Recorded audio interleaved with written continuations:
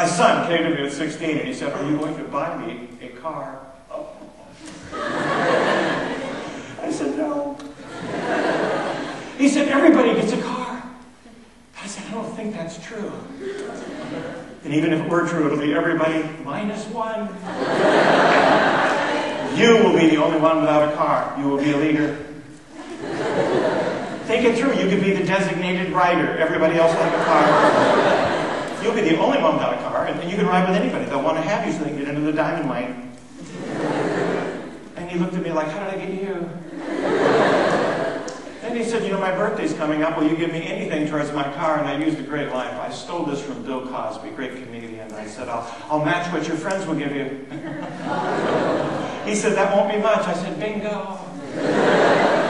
He says, "How am I going to get my money for my car?" I said, "I only know 4 ways that are legal. First of all, you can start your own company. This is America. And 7% of Americans own their own company. Did you know that? Did you know that there are more people working for women-owned companies in the United States today than for the Fortune 500? Yeah. How about that? Women got tired of dealing with a glass ceiling, so they decided to start at the top. This is the land of unprecedented opportunity. And so I told him, "You can start a company." He said, "I'm 16. I said, "I hate to break this to you, but there's 16-year-olds that have started bands. Some of them are millionaires today. Some of them have started companies online. They don't know how old the person that started it online. Who cares how old they are? She's got to provide a service. Some of those people are billionaires. I'd love one of them to be you." If you don't like that, then create something for somebody else that they need. Those music groups need somebody to write the music. Those websites need new applications, things that they can create. Find a way to create value and someone to pay for it. If you don't like that, then maybe get into sales. Salespeople will establish a need, find a need, they find some solution for it, they get money on the basis of what they bring to that. It moves an economy, moves the world. Some of you are going to be great with sales. I saw energy out here. Woo! Ability to connect with others. You have that skill, maybe sales is for you. Then I told him, I said, if you can't get excited about any of those 3 things, then I suggest you find the gift God's given you some way so that you can get up in the morning and enjoy what you do. Because you don't have to be rich to be happy. I know some rich people aren't very happy. I'd rather be rich than poor. But when it comes right down to it, I want to find a job where I'm able to get up every day and enjoy it. And when I started out because my dad, I believed in my dad. He was such a great influence in my life, so I wanted to be an accountant. Then I went into graduate school. I got into accounting, and I went, "Oh, this isn't me." And I moved and navigated till you find out what makes your heart sing. And he looked at me and says, "It doesn't sound like I'm going to get my car really quick." He said, "Yeah, because you didn't learn the first rule. And that is no matter how much money you make, save some of it. So that when you want to buy a car, you have money.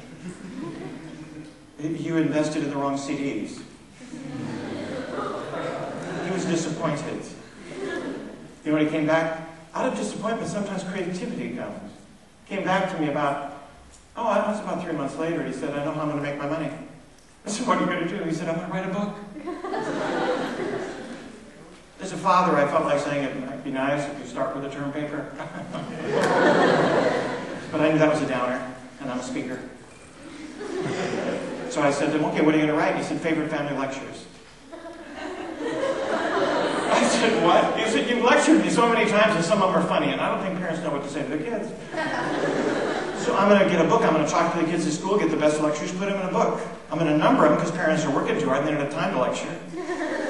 And this way they wouldn't have to. They just send the kid to the room, give them the book, and go read 42. You know what I mean? They wouldn't have to listen to a long lecture. It'd be a probably good read, and then they could go back to life, you know. And I said, "That'll probably sell."